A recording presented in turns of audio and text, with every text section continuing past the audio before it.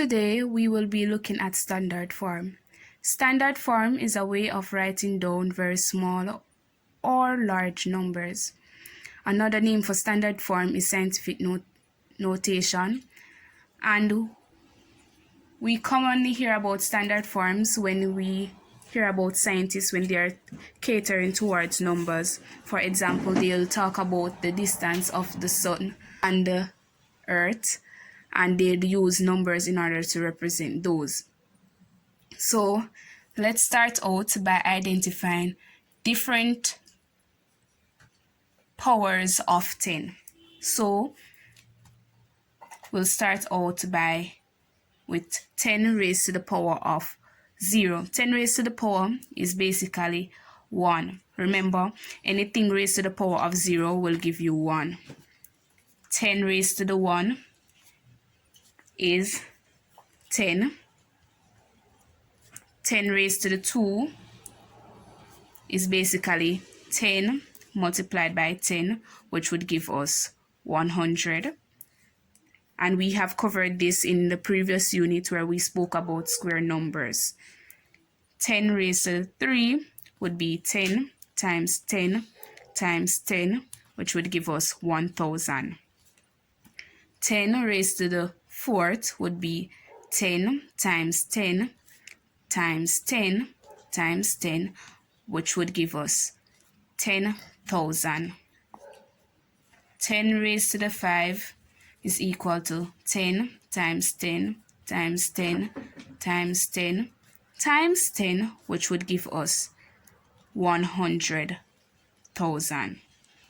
And 10 raised to the 6 would be 10 times 10 times 10 times 10 times 10 times 10, which would equal to 1 million.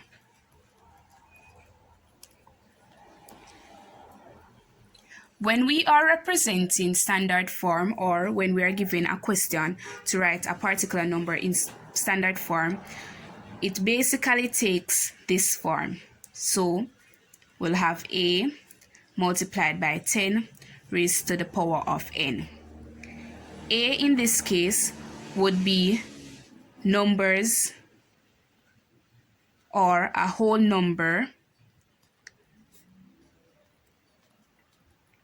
that falls between 1 and 10. So it will range from 1 right up to 10. So you can have 1, 1.2, 2, 2.3, and the list continues. For n would represent the number of places the decimal point is moved.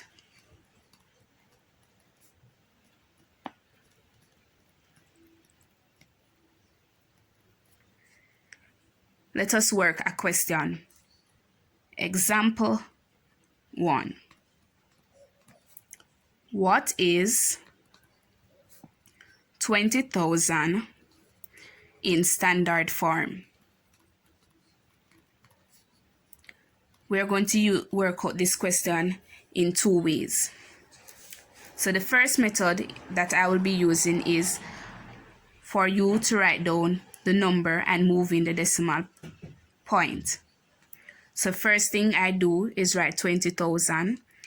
I identify where the decimal point would be, and I'm going to move it until I get a number that falls between 1 and 10. Remember, A must fall between 1 and 10. So I move it one time.